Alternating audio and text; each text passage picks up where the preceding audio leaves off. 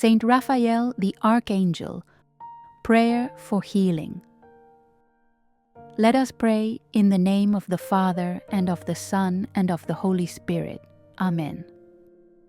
Glorious Archangel, Saint Raphael, great Prince of the heavenly court, you are illustrious for your gifts of wisdom and grace. You are a guide of those who journey by land or sea or air, consoler of the afflicted, and refuge of sinners.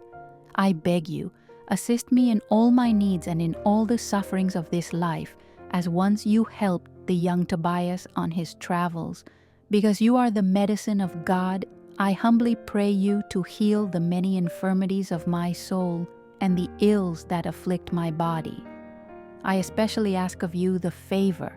Here mention your special intention.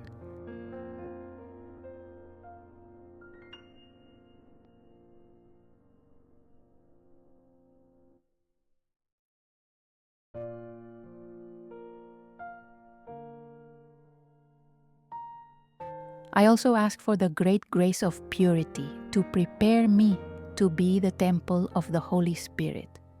Amen. In the name of the Father, and of the Son, and of the Holy Spirit. Amen.